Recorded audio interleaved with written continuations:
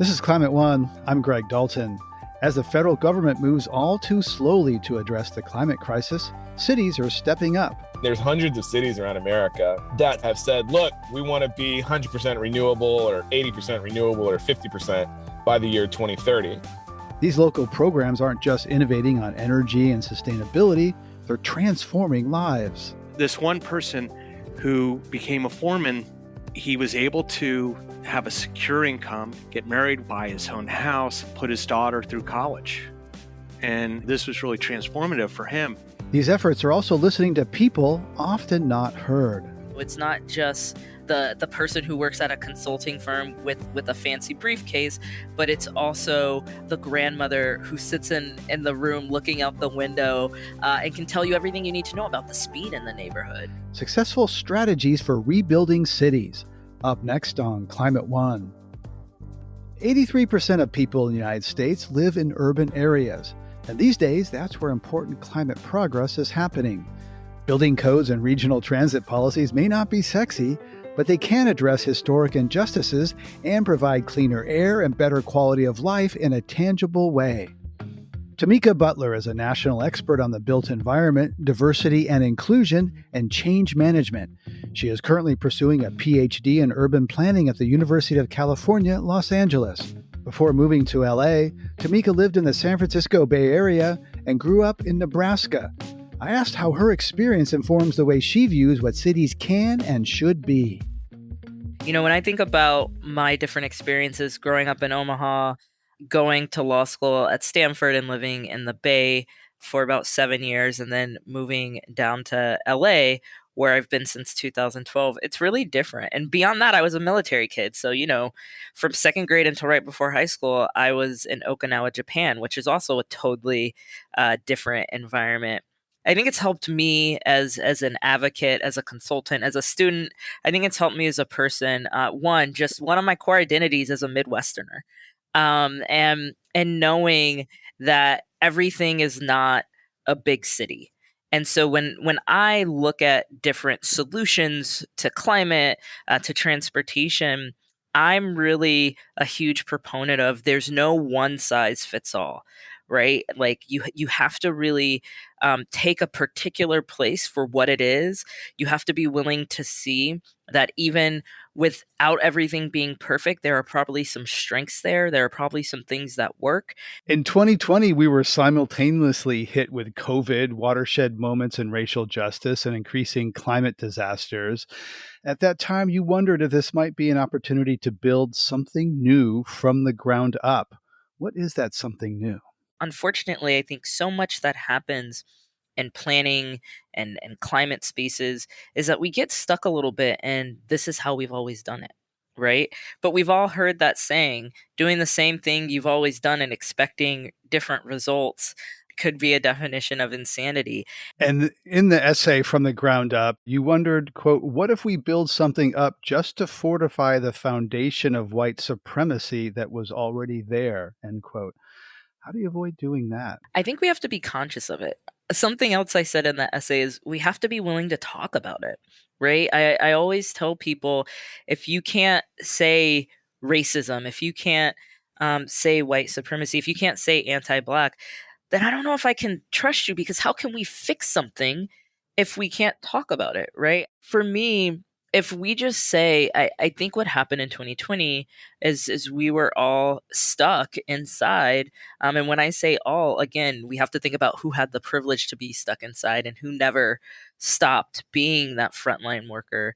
But I think as more people were stuck inside, and they couldn't turn away from racism. They couldn't turn away from the climate disasters. They couldn't turn away from these things. More people felt engaged and energized to say, I want to do something. And there's a gap there between wanting to do something and actually doing it. And sometimes just wanting to do something and articulating that you want to do something, but then rolling up your sleeves to, again, do it the way you've always done it, Well, you might feel like you're building something new because you have a new energy. You have a new interest and goal. And I believe that is genuine for many people. But because you're not willing to conceptualize it in a different way, you think you're building something new when in fact you're just giving lip service. I think the phrase I use in the essay is you're creating this facade that things are going to be different, but in fact, we can't just build without acknowledging and speaking about the ills of the past and what was there in the past, because if we can't speak about it, we can't fix it. I have learned a lot about my own privilege, white privilege, and certainly about systemic racism in this country and how is everywhere and everything since that spring of reckoning in 2020. And yet I think I've opened up and learned some things. But I read your Twitter feed and I think, oh no, I haven't done nearly enough. I haven't changed. Maybe I'm just making myself feel good. So how do you see progress and change in the situations you're in urban planning? Are cities being changed in any new way, or is it just still at that talk level? I think that there is change. I'm an optimistic person. And so, I have to believe in some change. If I didn't believe in change, then I would feel like all the work I was doing, I was just a hamster running on a wheel. So I do think there has been some change. I do think there are folks like you, Greg, who are like, wow, I've really looked internal and I've started asking myself questions I didn't ask before. I stopped turning away, right? And we are seeing cities do more with reaching out to people, doing different forms of engagement, being open to changing who we conceptualize when we think of expert, realizing that it's not just the person who works at a consulting firm with a fancy briefcase, but it's also the grandmother who sits in the room looking out the window and can tell you everything you need to know about the speed in the neighborhood, what some of the trouble spots are, right? So I think there have been changes, and we are, I think, headed in the right direction. I think what's tough is someone who, does live in this country as someone who's Black and queer, that we have a tragedy in Buffalo simply because people are trying to live their lives and they happen to be Black. It was followed by a tragedy in Orange County where people were targeted for being Taiwanese. And I think that's something, we've seen a lot of during these last few years, the rise and hate. And so I don't want to let those instances still my joy or my hope, or hide the fact that I think there are a lot of people who have had an experience of feeling like things have to be different and I have to be a part of that change. But I would also be naive to not acknowledge that there's still a lot of work to do, and it's still really difficult to be Black in this country and in the planning space. You were, for a time, the executive director of the Los Angeles County Bicycle Coalition. Cycling is a sport, an activity that is often has a certain image. I'm a cyclist, and there's sort of that skinny white male with scrawny arms and big legs, and there's inclusion in bicycling, like a lot of things, has been a real challenge. Other than the bike path along the Venice and Santa Monica beaches, most people don't think about bikes in LA and happily coexisting. When you can't build a bike-friendly city from the ground up, what do you do? How do you get bikes into a car-centric culture like Los Angeles? Right. And I think this is something we have to think about a lot with a lot of our environmental and transportation interventions. And in an ideal world, it would be great if we had a blank slate and we could just build things from the ground up. But the reality is we have the world we have, and some places we have the cities and the infrastructure we have. And so we are looking at more of a retrofitting process. I always say in those spaces there are some new projects. So, when in the city of Oakland, the Oakland Department of Transportation, led by Ryan Russo, right? He did a project around potholes, and he was filling potholes, right? He wasn't building something new. He was focusing on something existing, but he prioritized low income communities of color. It was equity led pothole filling. It was saying, what are the communities that haven't gotten the investment for a long time? And so again, I think even when we're building upon existing structures, how do we center equity? How do we think about who's historically gotten the least? Can they get the most? Can they get it first? And so a lot of these decisions, whether it's a climate investment, a transportation investment, a housing investment, whatever it is, it comes to priorities. How do we prioritize? Who do we center in this work? And even if we're building up, how can we still do it in a way that's different? We usually just repave this road, but can we repave it and include a bike lane, right? Things like that. We are seeing these instances where people are building upon existing structures, but again, I sound like a broken record, just doing it differently than they've done it before. I enjoy cycling and have used public bike shares in Vancouver, New York, Washington. I use the one in San Francisco every week. I see stations in neighborhoods across this racially compartmentalized city and Black neighborhoods, the Chinese neighborhoods, the Latinx community. To my eyes, the bikes are reasonably distributed and inclusive. You see something very different when you look at the bike shares. Why? Yeah, one of my friends always says that when we look at bike share and we look at some of the membership data or uses data of people who use bikes, it's not always as diverse or reflective of the diversity of the cities that these programs are in. And some people say, well, that's because Black and brown people don't ride bikes. And this friend of mine says, well, actually, we invented bike share, right? We're the ones who lived in these communities and said, hey, homie, can I borrow your bike for a second? I'll bring it right back. And everybody's using the same bike in the neighborhood. And beyond that, we do ride bikes. Sometimes we're invisible riders. If you go to any restaurant or any business with the third shift and you go look in the back, there are bikes locked up there. And so it's not a matter of not riding bikes. I think part of it is sometimes cities start new initiatives or do new things, and there's this kind of build it and they will come philosophy. But if people don't know about it, then especially low-income folks of color who for so long have been told and messaged that things aren't for them, they're just going to make an assumption. So there's examples in New York when bike share worked with affordable housing developers and put some stations outside of low income housing, and people were like, I'm not getting in trouble for touching that. Here in LA, when we first rolled out bike share and we did it in downtown LA, there's a part of downtown LA, the Garment District, with a lot of predominantly Spanish speaking, hardworking blue collar folks.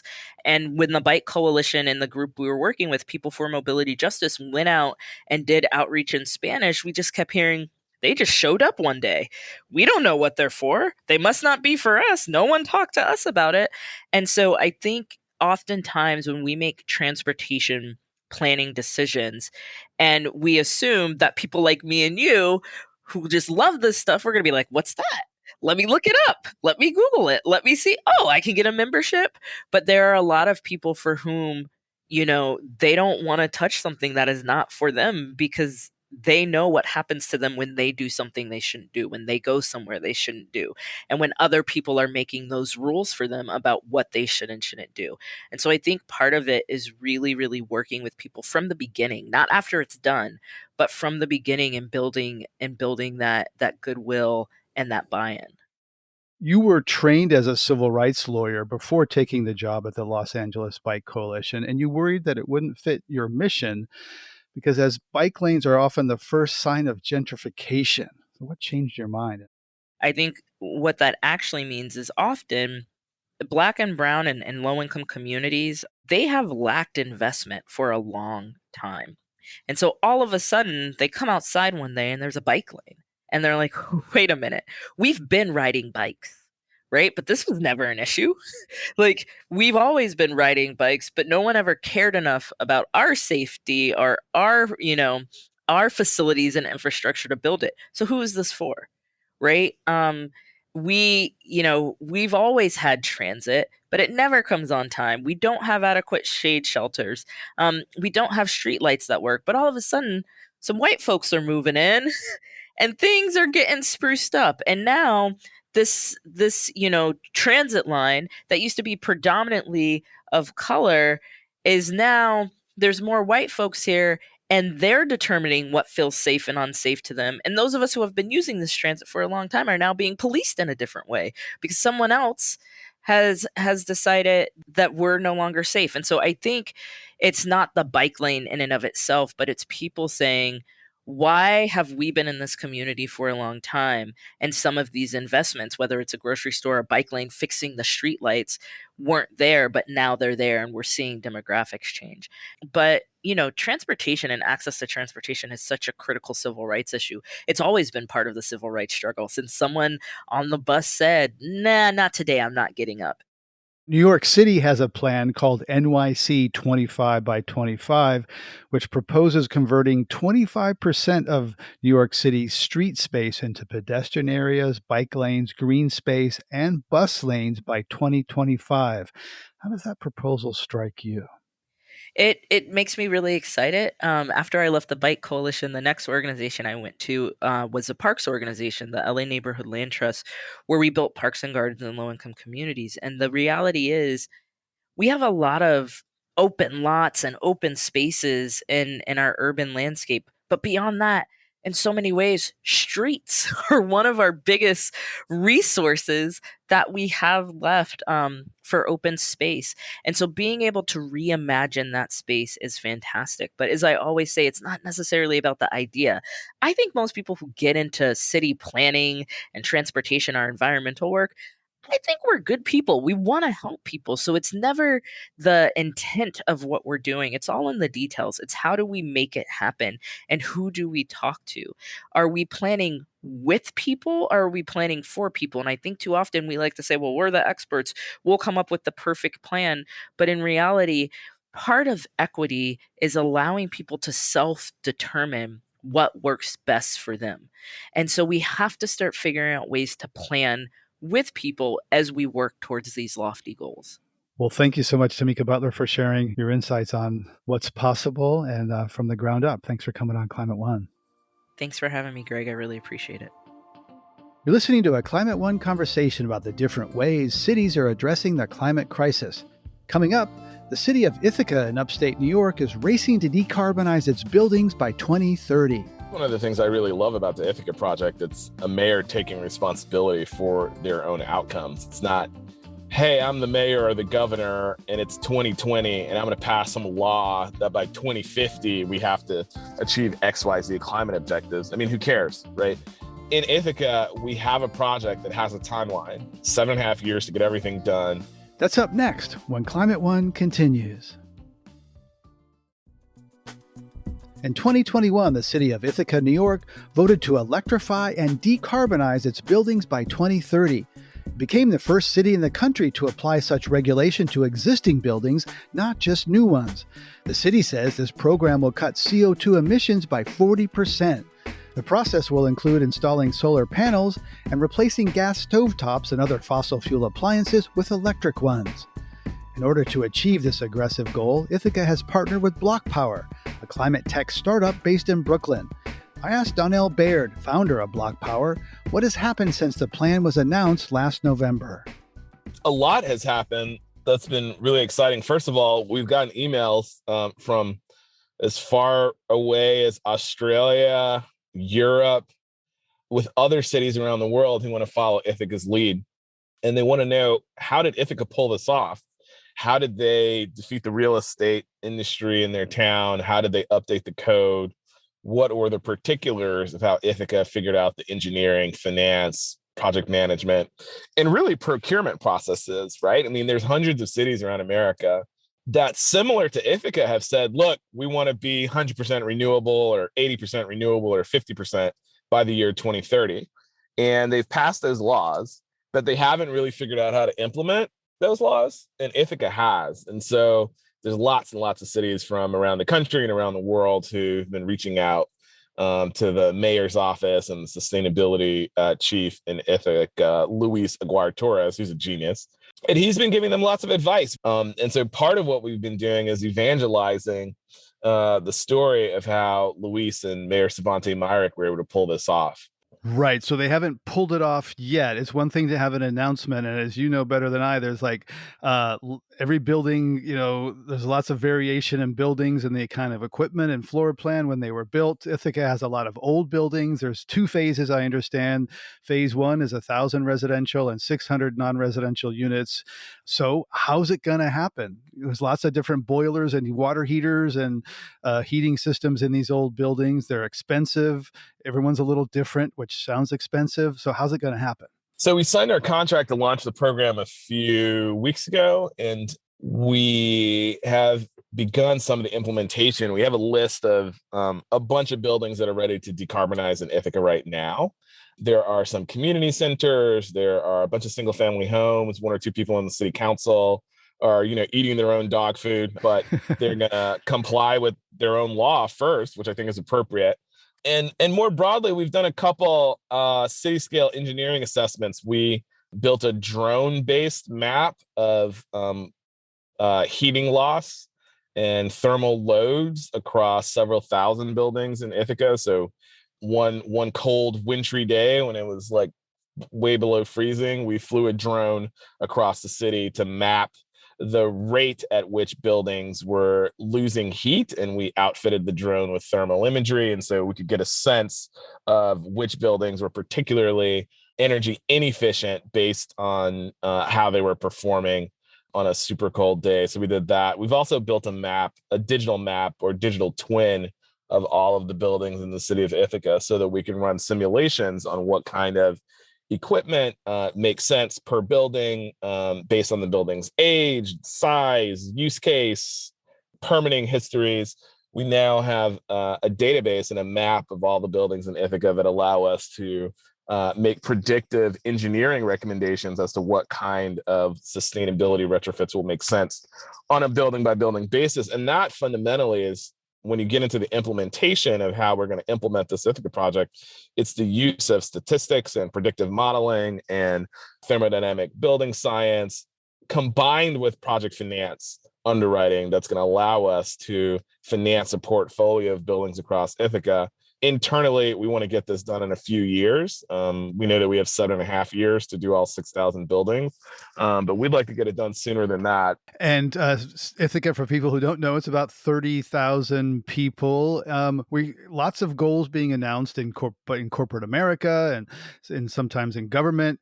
What happens if Ithaca fails to meet these goals? Will the mayor still be around? Who's accountable? Because so many times we see climate goals announced by people who won't really be around in office when that deadline comes to pass.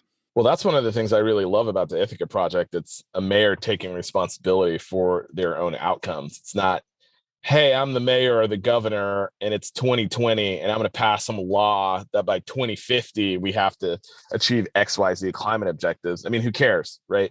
In Ithaca, we have a project that has a timeline, 7.5 years to get everything done. We have a 3 to 4 year timeline by contract by which we're supposed to deliver a set of outcomes, certainly the first 1,000 buildings, if not more. And if we don't deliver, the mayor's up for re-election and voters can punish her for not delivering on that goal. And so I love that Ithaca and the mayors of other several cities around America are taking direct hands-on, 100% grown-up responsibility for implementing decarbonization in their city. When solar panels and electric vehicles first came out, there was a choice was to buy. Financing was limited, not available. Then over time that matured, and now people can reduce the upfront cost of rooftop solar through various financing options. Sounds like you're trying to do something similar to reduce the upfront cost of heat pumps and other equipment for buildings. So explain how that's working in this case with multi-tenant buildings, for example. Yeah, I mean, fundamentally, we've worked with Goldman Sachs for several years to invent a new financial product that does for heat pumps and building decarbonization technologies the same thing that mortgages do for homes or that solar finance has done for solar panels, which is amortize and stretch out the costs of these assets over time. Most Americans don't have $100,000 lying around to buy a new house, all cash, or $25,000 laying around to pay for solar panels or heat pumps. And so you take out a loan, you engage with financial markets and use a financial product to help you acquire that asset and repay a lender over time. And so that's what we've done in this case for heat pumps, whether it's single family homes, apartment buildings, churches, synagogues, mosques, schools, whatever kind of building you have. We've developed a new financial product that allows us to lower the upfront cost to zero so that all Americans can have access to affordable electric buildings. In Ithaca, your project is going to focus on buildings located in low income and historically marginalized communities. So, how's that going to work if they are going into low income areas with kind of expensive, kind of single use, custom projects? How's that going to work financially? We're going to finance the low income buildings the same way we've financed middle class buildings and upper middle class buildings. We're going to underwrite the energy savings, do a pro forma financial analysis of every building, and organize projects that are affordable for those low income building owners. Our business at BlocPower is figuring out how to introduce clean energy to all Americans and making it accessible for all Americans. We spent a lot of time figuring out how to do that, and that's exactly what we intend to do. So we're excited that 20% of Ithaca is low income. We're confident that we're going to be able to partner with those low income building owners in the same way that we partner with more affluent building owners. And so looking forward to demonstrating all of that. In March, the Biden administration announced new plans to spend about $3 billion to upgrade thousands of homes in low-income areas. That was not one of the more successful parts of the Obama stimulus plan back in 2009.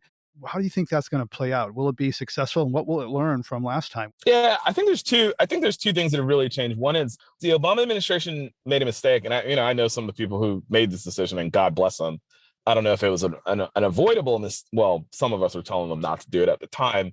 Not me, but some of the people I worked with were adamant that they were screwing up, which was they took the $6.6 billion of low-income weatherization money and distributed it to all these local nonprofits who didn't necessarily have CFOs, weren't used to having 10 times the budget that they normally had. They were ordered to hire a bunch of workers quickly. They had to figure out how to train them, how to supervise them, how to buy more material. And there wasn't necessarily the back office support to help those nonprofits scale up. So that was one challenge.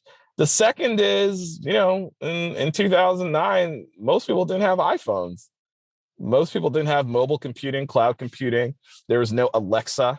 The computational capacity that the average American has at their fingertips, in their home, in their speaker, all of that can be applied to building science.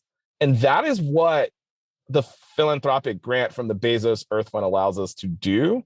It is taking cutting edge computational technologies from Amazon Web Services, and Apple has, there's a LiDAR in the iPhone where you can walk around the building and do a LiDAR map of your entire building. And so it's just going to dramatically change the way that we can do analysis and design and installation of green buildings technologies.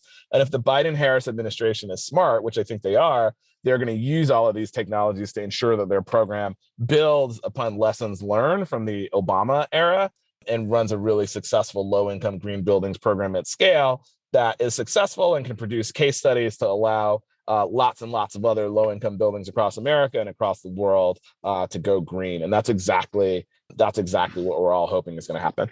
You talked about growing up in Brooklyn and heating your home apartment by opening the stove. So I'd like to know, how personal this is for you, how your lived experience informs this, and also, the Brooklyn experience. You've done some work in Brooklyn that is not prospective like Ithaca. What have you taken away in terms of the building decarbonization from Brooklyn? Yeah, it's been really interesting. We had some time when we were in Switzerland to talk with one of our biggest partners in Brooklyn, Jeff Dunstan, and to talk with Luis, who joined us in Davos, and as we were plotting and strategizing of how to take the message of Ithaca to the world, part of it is that you can use digital modeling and the digitization of green buildings design into software, That is what we tested out in Brooklyn back in 2016 and 2017, and it worked.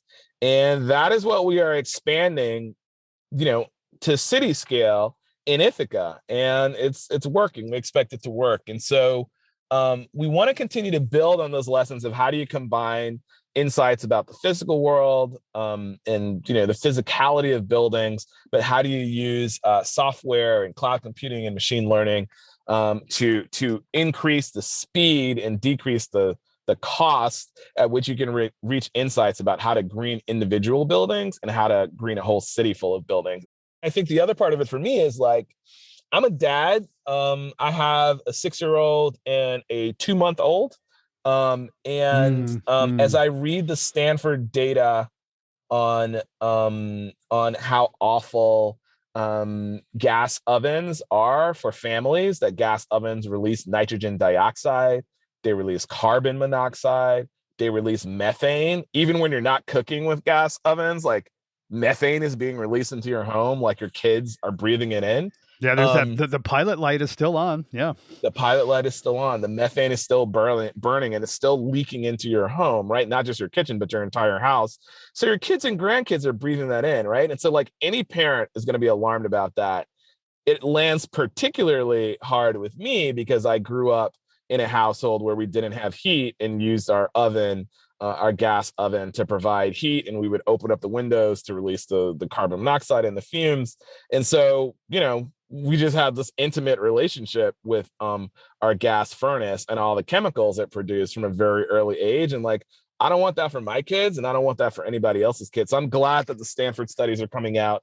I assume that other parents will read them and recoil in horror, just as I am, and rapidly move to switch out all of the gas appliances in your home from a health perspective, from a financial perspective, because you're going to save money. And oh, by the way, this happens to be like the single greatest thing you can do as a family for the planet, right? And so we just want to get that message out to as many people as we can, and that's why we're so excited to talk with you today. Yeah, and a lot of people have indoor air indoor air quality monitors these days since the fires in the American West, and those were purchased for wildfire purposes. But if people use them and turn on their gas stove, they'll also see a spike in those numbers.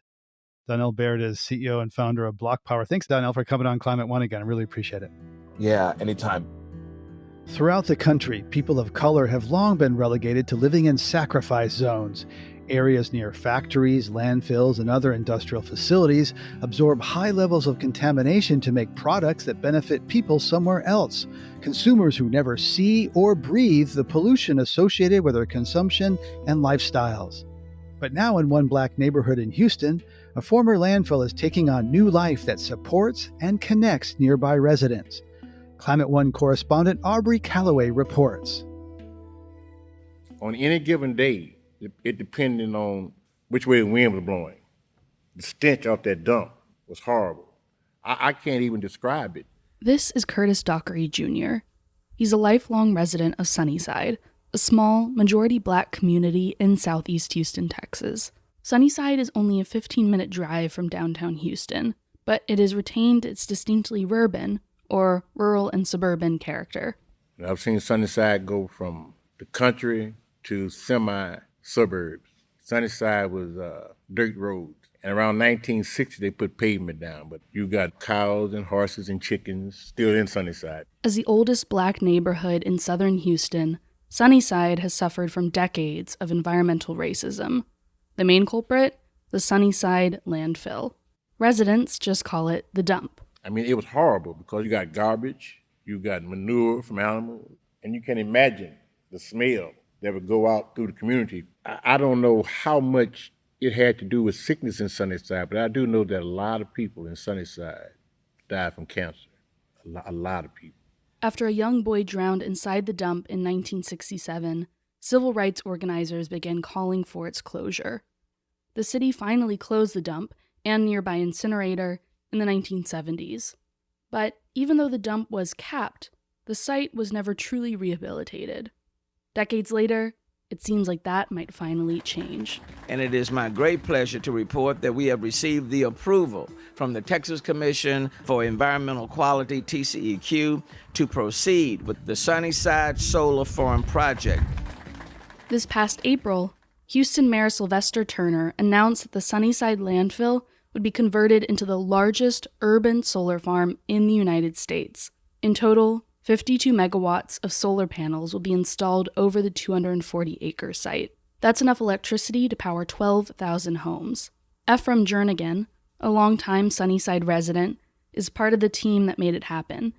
He gave me a tour of the neighborhood on a sunny day this past May. We're going to go to the road that for the last 70 years was called Incinerator Road, but we're going to change it to Solar Boulevard. It only takes a few minutes to drive from Ephraim's childhood home to the former landfill site. Ephraim is vice president of Sunnyside Solar LLC, a company formed in partnership with the two solar energy developers working on the project. Yeah, we can get out and walk a little bit from here. There are 230 acres of trees to our right. Everything to the right is 50 megawatts of solar going to the grid. Everything to our left is what's going to be community solar, which is going to be 2 megawatts that's going to go to the grid, and we can sell it to the community at a discounted rate. In addition to affordable renewable energy, Ephraim is working with the city to create a range of other community benefits, including an on-site agricultural education center and a solar workforce training program. The Sunnyside Solar Project began as a C40 Reinventing Cities competition proposal. After winning the competition in 2019, the project became a centerpiece of Houston's Climate Action Plan and Mayor Turner's Complete Communities Initiative.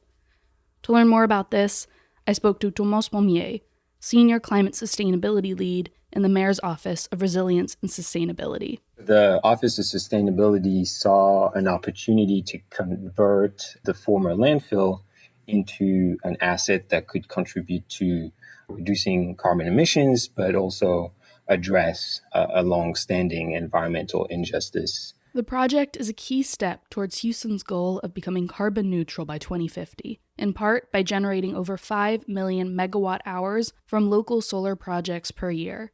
Yet, despite international praise for the project and official rhetoric around environmental justice, some community members like Curtis Dockery feel left out of the conversation. It seemed like that solar farm project was developed downtown and without the knowledge of the community. And we still don't know a whole lot about it. While Thomas Pommier notes that the city does not manage direct communication with Sunnyside residents, he says he expects to see continued support both within the community and from other cities. We were recently at a meeting of climate mayors that have led the way in U.S. cities for climate action and upholding the Paris Agreement. And the mayors were talking about how they do steal ideas from each other and that it's a good thing. Because when a good thing is done somewhere, it should be replicated elsewhere if it can have similar benefits for other communities. For Climate One, I'm Aubrey Calaway. You're listening to a conversation about how cities are innovating in the face of the climate crisis. This is Climate One. Coming up, how one city is demonstrating the financial case for deconstructing and reusing building materials from vacant buildings.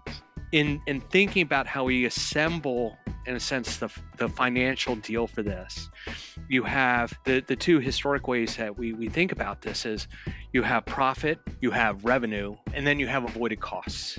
And when we put avoided costs into this financial calculus, building deconstruction is way ahead. That's up next when Climate One continues. When buildings are abandoned or condemned, they often get demolished and dumped into landfill. But now, the U.S. Forest Service has partnered with the city of Baltimore to hire former inmates to salvage wood from vacant buildings and make it into furniture or other products.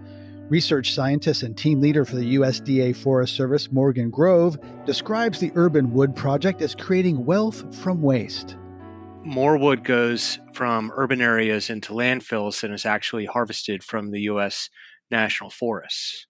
And so One of the key things is for us to figure out ways to use that wood where it historically would be treated as a waste and to create wealth. And that wealth is in many forms, one of which is in the use of the wood and repurposing it for flooring, for the wood chips, the mulch, the compost, for the lesser value materials, but also for making furniture.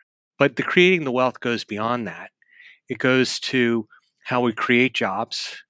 Particularly, we're focused on creating jobs for people who have barriers to employment. And in doing so, we're creating opportunities for them to earn a living and then become productive in society, being able to own a house, as well as at the same time reducing the costs of welfare that we have in order to support them when they're not able to work. That's quite a interesting equation there, that, to not dispose of wood and not to dispose of people and lives. I got to admit that when I hear that the U.S. Forest Service is involved in something as urban as this, it's a surprise to me. I'm used to seeing, U.S. Forest Service out in, the rural West, et cetera. What's the role of the Forest Service, in this urban situation? Well, the definition of the chief of the Forest Service is the chief or the sort of caretaker of all forests. In a way, when we're taking care of wood that's coming out of deconstructed homes, we're reaching back 100 years, in a sense.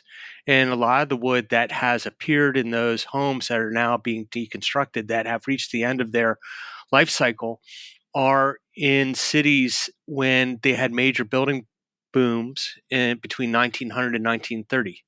And that's when a lot of wood, old growth forests were cut down in order to build homes in urban areas. And that wood, when it was cut down, was usually somewhere between 300 to 400 years old. It will never exist again in the history or future of the earth. And it is really beautiful, beautiful wood. So in a way, we're reaching back. And one of the goals, you've talked about creating furniture with some of this supply from reused wood, and I understand how that will, harvesting wood from buildings means some tree somewhere is not getting cut down to supply that wood. And one of the goals for the project is to create an urban wood economy. So help us understand a little more, other than furniture. What does this urban wood economy look like? So that urban wood economy has many different forms. And one can think of what's the most valuable use of the wood. And that could be wood that's going into furniture for making chairs, making tables, making bases to lamps and things like that, to then making flooring and making interior siding for walls and so on. So you have those kinds of interior applications. Then we can use the wood also for traditional means by which to create compost and mulch and those kinds of applications. And then we have some new opportunities. One form is what's called thermally modified wood, where we take wood that historically has not been very useful because of the way the grain turns or the way the wood decomposes. And with thermally modified wood, we basically bake it and we take all of the moisture out of the wood. And so we're creating carbon fiber. And it doesn't decompose at all. And then the other opportunity that we have is something called biochar. And biochar is basically, in a way, making charcoal. And it is really effective for improving water quality, improving as water filters through soils. It's important for creating and improving soil in urban areas. And it's also a way to put carbon back into the system and retain carbon rather than us losing carbon into the atmosphere. But what's the economic case for using wood in those buildings? On the number side, the city estimates that they have in public ownership about 17,000 vacant homes. When you add the privately component of the vacant homes, we think we're around maybe 40 or 41,000. The cost of demolition is somewhere around $9,500. The cost for deconstruction is about $11,000. And it takes about 2 people to demolish a building. It takes 6 people to deconstruct a building. And deconstruction, we reuse 96% of the material of the wood and the brick. And the stuff that we are unable to use is because it has lead paint in it or has asbestos in it. And so those are some of your first numbers. Then the cost of incarceration in the state of Maryland is $37,500. The rate of recidivism in the city of Baltimore is about 48%. So you're hiring 3 more people, you're employing 3 more people to do things, and you're keeping people out of prison. The rate of recidivism in the building deconstruction program is somewhere around 0.2%.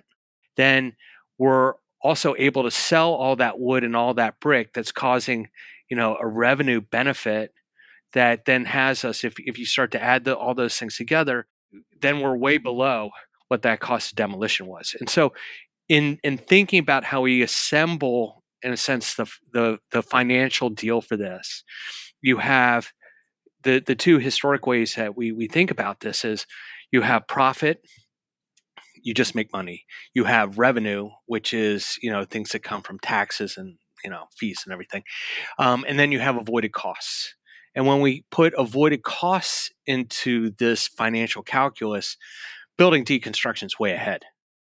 And that seems quite compelling to reconstruct buildings and reconstruct lives. So if this is so compelling, is it scaling to other cities? Is it scaling even within Baltimore? It sounds like the math you describe is pretty compelling if we can get our head around avoided costs, which is sometimes hard to do. It is. The avoided costs. It starts to play in now where, as we look at social impact financing or environmental impact financing, it becomes part of the deal. There is a case for this scaling to other places. And we've actually been surprised when we give presentations and, with the Forest Service, the landfill operators seem to be the most interested group of people in all of this and their motivation as well. If you can just keep it out of my landfill, I'm all for it. You also have police departments who are also very interested in this because they're sitting there going, if you can create jobs and you can reduce the rate of crime associated with people who are those returning citizens, they see that benefit as well. What are the lessons learned in Baltimore that other cities should pay attention to as they think about replicating this program, harvesting wood and reusing it? Well, the Forest Service has what we call urban wood academies. And we have people coming, and usually it's 3 people from a city so that they all are gaining knowledge, and it's really fun. You see them talking to each other about how they could do this in Philadelphia or how they could do this in Sacramento and train them. But it's a peer-to-peer learning. So these different cities are talking to each other and what's going to work, what isn't going to work, because we need to develop the materials, meaning like training materials, but we also need to build this social network of peers that we can help to transform individual cities, but also on a national level. One of the most compelling parts of this story, one that really drew us to it, is these formerly incarcerated people, this reconstructing lives and keeping people, reducing recidivism. Do you know how many people have gone through this program? How many people, the scale of that? And number 2, can you give us an example, a personal story of someone from the program?